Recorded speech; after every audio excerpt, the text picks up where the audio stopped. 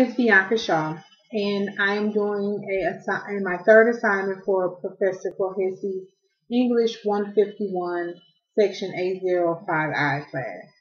My last speech assignment is to teach you, my audience, how to do something that you might not otherwise know how to do.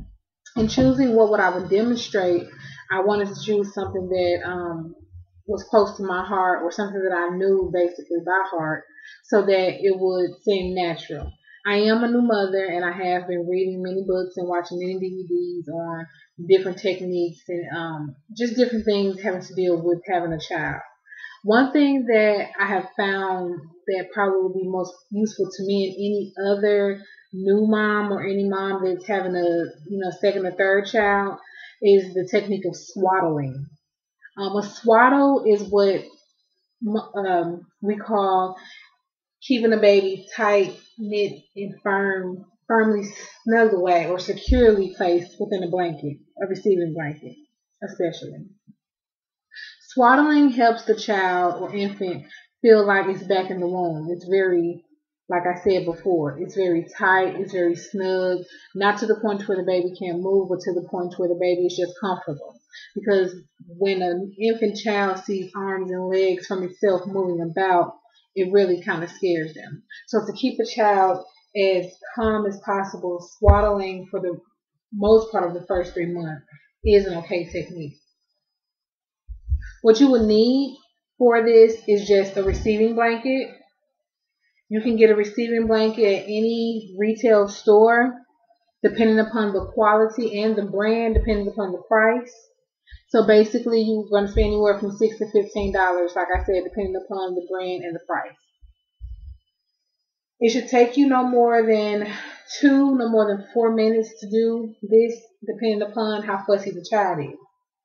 And as I've already done, what you want to do is just to lay the receiving blanket out on a flat surface.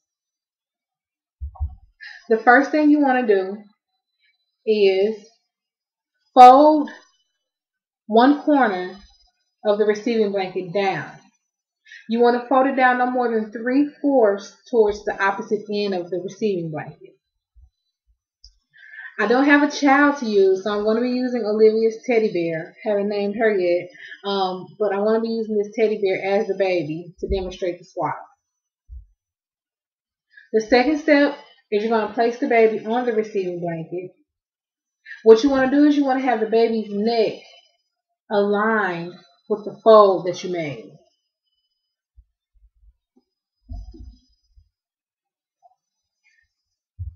The third thing we're going to do is we're going to take the left-hand corner and bring it over to the right-hand side. Make sure that the baby's left arm is at the baby's side, because this is going to be the first arm you're going to swaddle. All right, bring it over to the right. Make sure everything is neat, because that will create a more snug swaddle for the child. With this left side, what we're going to do is we're going to bring it around to the baby's back.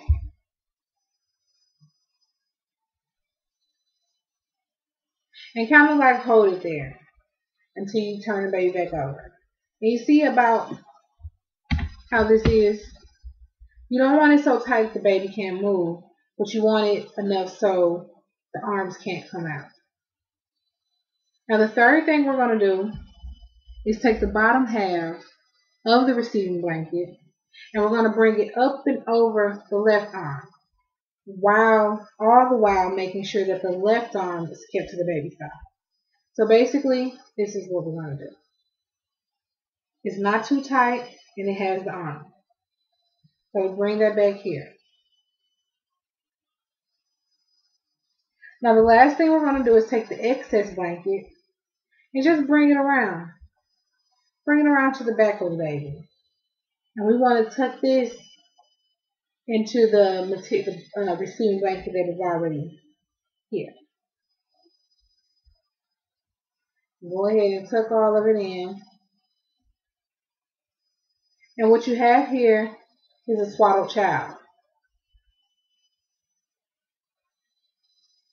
And this will help the child to be a little bit more calm. It will help the child to feel like it's back in the secure type place that it once came from. These are only a few steps, and they have been proven to work for many parents. It's possible to get more than a half an hour to 2 hours of sleep in between your child waking for feedings or for the attention that it may need for whatever purpose. So swaddling is an important um, thing for me because I'm a new mom, I'm single, and I work and go to school. So it's very important that I do everything that I can to ensure that I'm getting, a little bit more sleep than what most people are telling me that I'll get. So this is a technique that I learned by watching a DVD.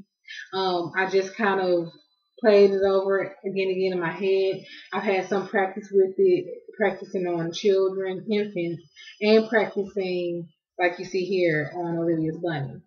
So I thank you so much for watching.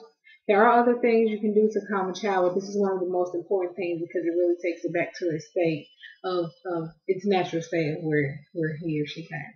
I thank you so much for listening, and this has been a nice semester, and I hope all of us do well. Thank you.